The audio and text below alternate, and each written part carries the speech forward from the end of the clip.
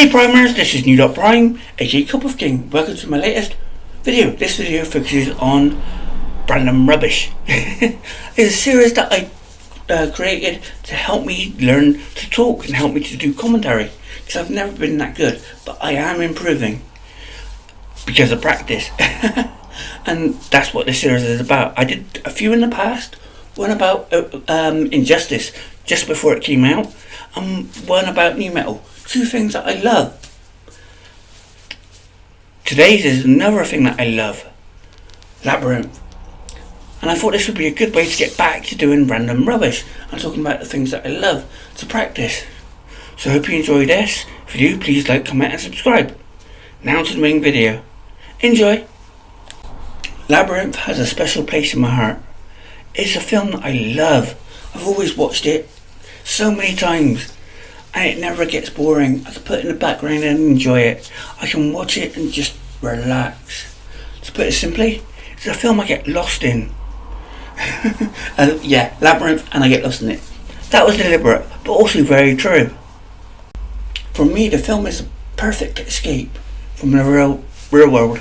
It's a film that I could just watch and relax, just forget about everything, and get lost in the film.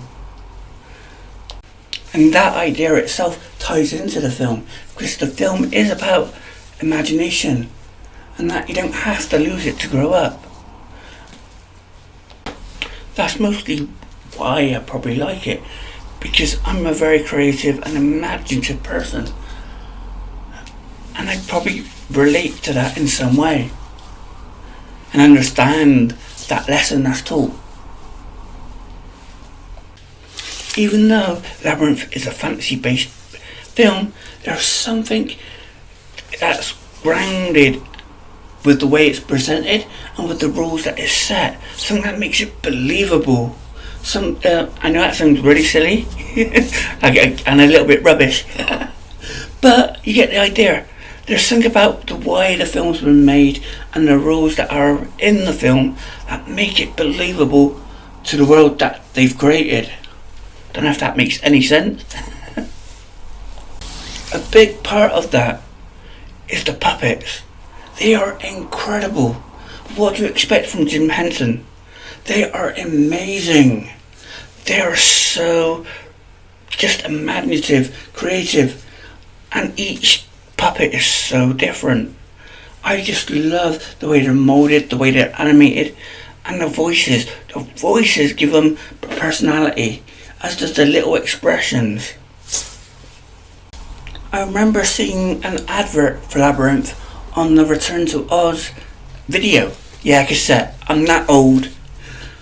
And I remember my dad not letting me watch the film because he thought it'd be too scary for me.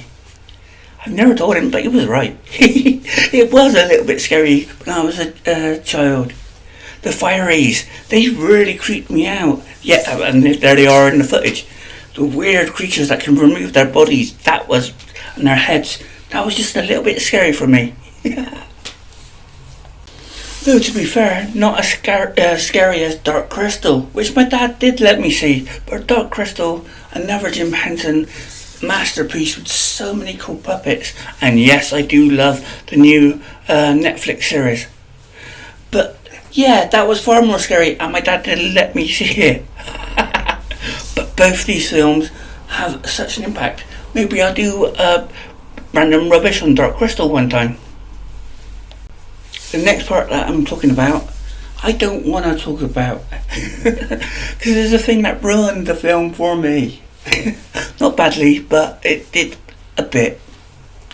I never noticed David Bowie's bulge.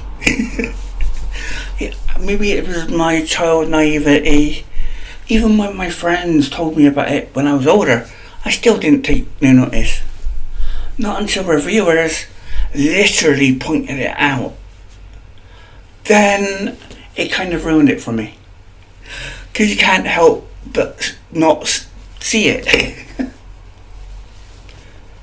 But does it ruin the film? No. But it is there. Talking about David Bowie, he's incredible in this film. His personality is so perfect for the film. The way he acts is just the uninterested, bored king, but with passion and flamboyance. It's perfect for the part, and it works so well. And Jennifer Connelly, even though she was so young, did an incredible job. Her acting is great, it works. Yeah, there are places where she's not that good and she's a bit over the top, but it works for the part in my opinion. I've seen in reviews they didn't like that, but I like that and it works. The music in the film is brilliant as well. David Bowie does a great job with the lyrics and with the music. Of course I love Dance Magic. That's one of the best songs in the whole film. You've got the whole, all the puppets, the way they move. There's like hundreds of puppets all around the room. They just look very cool. Or maybe not quite that many, but there's still so many and there's so much going on. I swear every time I watch it, I see something I didn't see before. And there's other great songs. Some people don't like the Fiery song, but I like that song, even though they scared me. Can't talk about Labyrinth without talking about the art behind it. Brian Froud is one of my favourite concept designers. I love his fairies, his goblins, be it in the Dark Crystal, Labyrinth, or even his own books. I read the Goblin book and I had the Labyrinth book. Was it that way around? I can't remember. But I love his artwork. His fairies and goblins have always been incredible. And his work I just love his artwork. He is one of my favourite artists. He designed all the wonderful and crazy creatures in this film. And looking at the concept art, you can see the inspiration for the goblins. There are many characters in Labyrinth, each unique and very different. One of my favourite is not a main character or a supporting character. It's the little worm. I just love him. He's so friendly and so cool. I like his design. I like his voice and acting. Next up we have Ludo. Big, scary looking, but kind and friendly little monster. I love his design, I love his voice again. He's just a great character. Then you have Hoggle. Hoggle, my friend Bryony said I looked, or I was him, which was annoying, but in some ways true. Less of the looking part.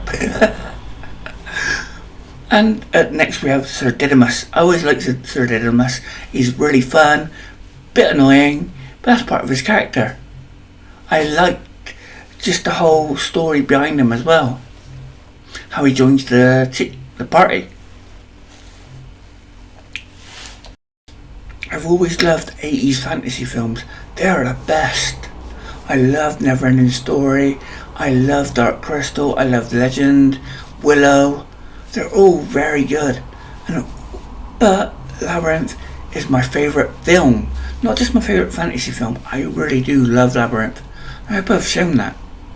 I know they sing at the best review. To be fair, it's more about the experience than a review. But if you have enjoyed this, then please like, comment and subscribe. It really does help. You should expect more random rubbishes. This is just the first of many to come. With that being said, I'll see you in the next video, guys. Bye for now.